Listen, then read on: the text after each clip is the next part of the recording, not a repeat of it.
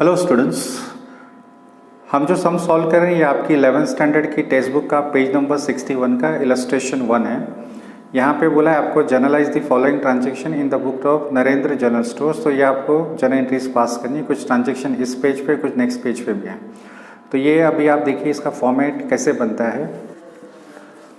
ये आपकी general entries का फॉर्मेट है। Journal in the books of Narendra general store है, सॉरी नरेंद्र स्टोर्स नहीं है, नरेंद्र जनरल स्टोर। आपको पूरा नाम लिखना है जनरल स्टोर्स।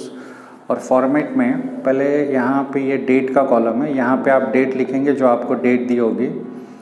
देन पर्टिकुलर्स जो मैटर आपको लिखना है डेबिट क्रेडिट का, यहाँ पे आप लिखते हैं LF लेजर फोलियो। LF का मतलब होता है लेजर फोलियो, फोलियो मतलब पेज नंबर, लेजर का पेज नंबर यहाँ लिखते हैं। लेकिन आपको इस कॉलम में कुछ नहीं लिखना है। जो रियल में अकाउंट्स करते हैं वो यहाँ पे लेजर का पेज नंबर लिखते हैं, बट आपको कुछ नहीं लिखना है। आपको ये कॉलम ब्लैंक रखना है। उसके बाद यहाँ पे एक कॉलम है डेबिट का, यहाँ पे आप डेबिट की अमाउंट लिखेंगे। और उसके बाजू में एक और कॉलम है क्रेडिट, यहाँ पे आप क्रेडिट की अमाउंट लिखते हैं। तो इस तरीके से दो कॉलम है, डेबिट एंड क्रेडिट अमाउंट। पहले डेट, पर्टिकुलर्स, LF मतलब लेजर फोलियो, ये कॉलम ब्लैंक रखना है, यहाँ कुछ ना नहीं। Debit amount and credit amount, और ये general entries in the books of Narendra general stores. So start करते हैं। तो आपको डेट बार बार लिखने की ज़रूरत नहीं है। आप ऊपर डेट कॉलम में ईयर एक ही बार लिखना है आपको, ये बार बार ईयर लिखने की ज़रूरत नहीं है। ईयर और मंथ आप एक बार लिख दीजिए। अप्रैल 1, हाँ आपका फर्स्ट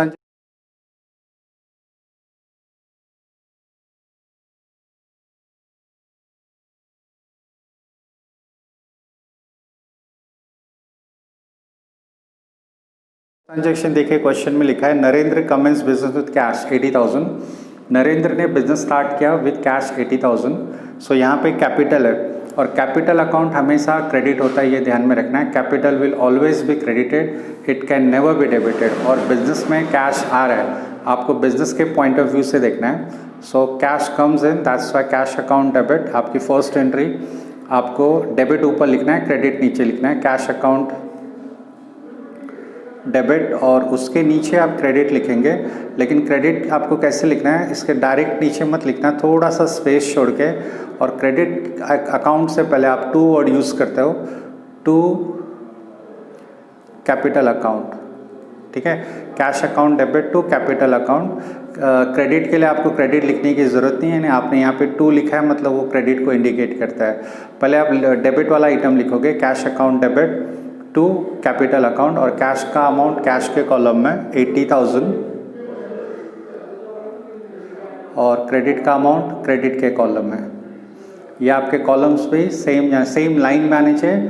क्रेडिट का अमाउंट क्रेडिट के कॉलम में, डेबिट का अमाउंट डेबिट के कॉलम में, और सेम लाइन में होना चाहिए। और एंट्री होने के बाद आपको नरेशन लिखना पड़ता है, and narration will always start with being. Narration being से ही स्टार्ट होगा। तो ये जो आपके क्वेश्चन में दिया था वही लिखना है आपको। आपने बिजनेस स्टार्ट किया तो आप लिखेंगे being business started with cash, और being business commenced with cash. Narration आप अपने मन से लिख सकते हैं, नरेशन आप अपना ओन लिख सकते हैं। थोड़ा सा इधर उधर हो गया कोई इश्यू नहीं है। देन सेकेंड में इन्होंने बोला है परचेज गुड्स फ्रॉम किरण ₹40,000, मतलब आपने गुड्स परचेज किए हैं। तो दो अकाउंट है, एक परचेज अकाउंट है और एक किरण अकाउंट है। और परचेज हमेशा डेबिट होता है। अगर आपने गुड्स परचेज किए हैं तो आप परचेज अकाउंट लिखिए, गुड्स सेल्स किए हैं तो सेल्स अकाउंट लिखिए। परचेज अकाउंट डेबिट, और किरण पर्सनल अकाउंट है। पर्सनल अकाउंट का रूल है debit the receiver credit the giver, तो वो हिसाब से किरण गिवर है, so Kiran account will be credited. 40,000 purchase का अमाउंट 40,000 परचेज की लाइन में, डेबिट कॉलम में, किरण क्रेडिट है, क्रेडिट कॉलम में है। Narration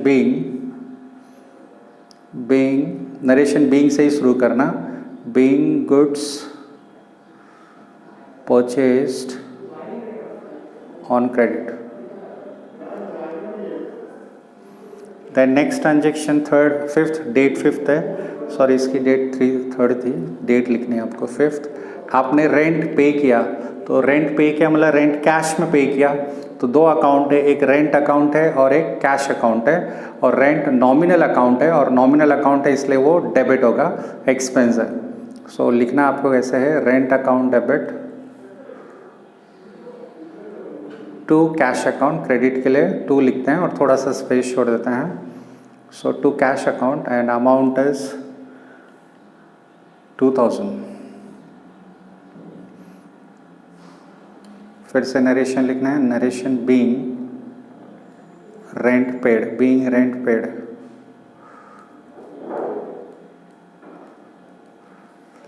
then next 10th one, वहाँ पे मेंशन किया है कि goods sold to Vikas. Vikas को आपने गुड्स सेल किए. विकास पर्सनल अकाउंट है. Goods are sold to Vikas. तो Vikas is receiving the goods. So Vikas receiver है इसलिए उसका अकाउंट डेबिट होगा. तो आपकी एंट्री होगी विकास अकाउंट डेबिट. गुड्स बेचे हैं आपने तो आप गुड्स मत लिखिए, आप सेल्स लिखिए. To sales account. Whenever goods are sold you have to write sales account. But अगर फर्नीचर या मशीन या कोई एसेट्स बेचे तो सेल्स मत लिखना, आप वो एसेट्स का नाम लिखेंगे. मशीनरी सेल किए तो आप मशीनरी अकाउंट लिखेंगे. तो विकास अकाउंट डेबिट टू सेल्स 5500. यहाँ पे भी 5500 डेबिट का लाइन में डेबिट का अमाउंट और डेबिट के ही कॉलम में आना चाहिए. Narration being goods sold on credit. Being goods sold on credit, आपने उधारी पे गुड्स विकास को सेल किए. देन नेक्स्ट ट्रांजेक्शन है, आपने फर्नीचर खरीदा 30,000 का जिस पे आपको 18% GST पे करनी पड़ी.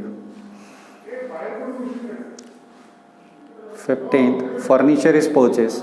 तो अभी गुड्स परचेज किया तो आपने लास्ट ट्रांजेक्शन में परचेज अकाउंट लिखा था, बट अभी फर्नीचर परचेज हुआ, परचेज नहीं लिख सकते हैं, आपको फर्नीचर ही लिखना पड़ेगा.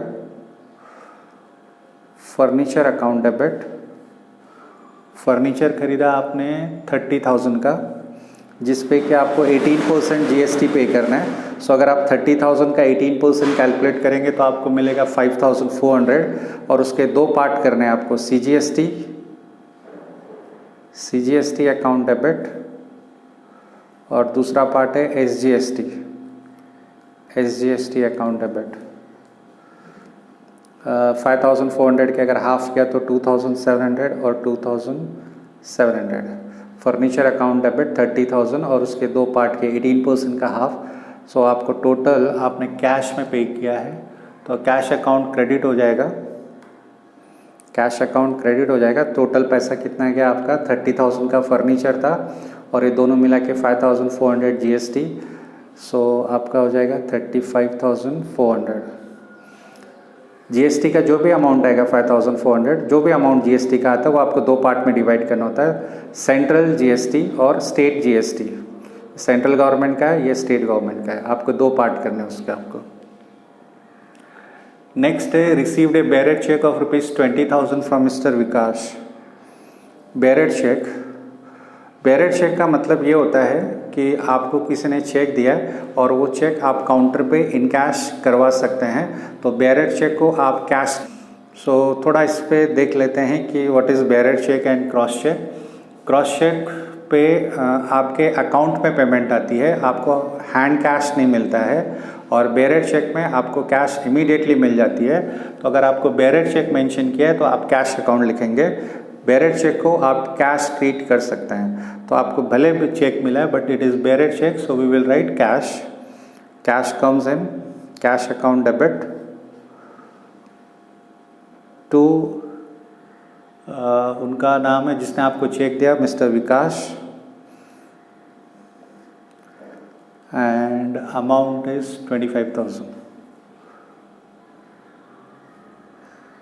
25,000 और इसका नरेशन आएगा being bearer cheque received. Bearer cheque received रहेगा तो आप कैश लिखिए. Bearer cheque received from mister Vikas. Okay, so यहाँ पे हो गया. नेक्स्ट हम नेक्स्ट पेज पे कर रहा हूँ. 18th हो गया. नेक्स्ट पेज पे चलते हैं. वापस से पूरा लिखना पड़ेगा आपको. Date, particulars,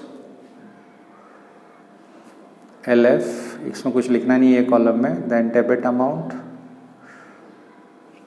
and credit amount. इसके बाद नेक्स्ट ट्रांजेक्शन 21st का है. आपने कोई किरण करके पर्सन है उसको चेक से पे किया है, देना बैंक का चेक है। अगर आपको बैंक का नाम दिया तो आप बैंक लिखिए।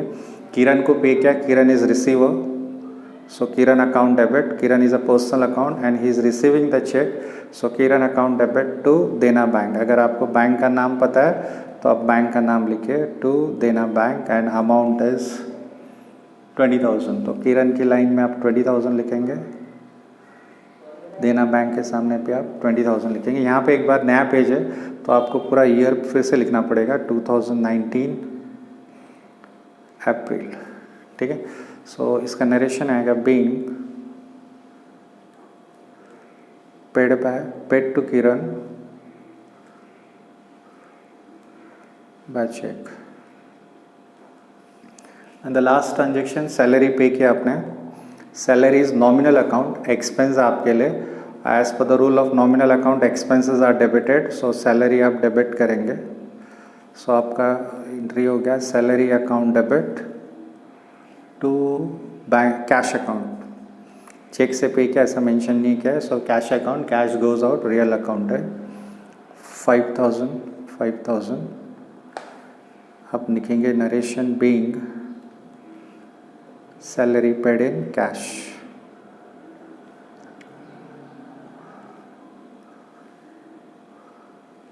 ठीक है। सो इस तरीके से आपके सारे ट्रांजैक्शंस हो गए। ये date, particulars, LF, debit amount और क्रेडिट अमाउंट, ये फिक्स फॉर्मेट है।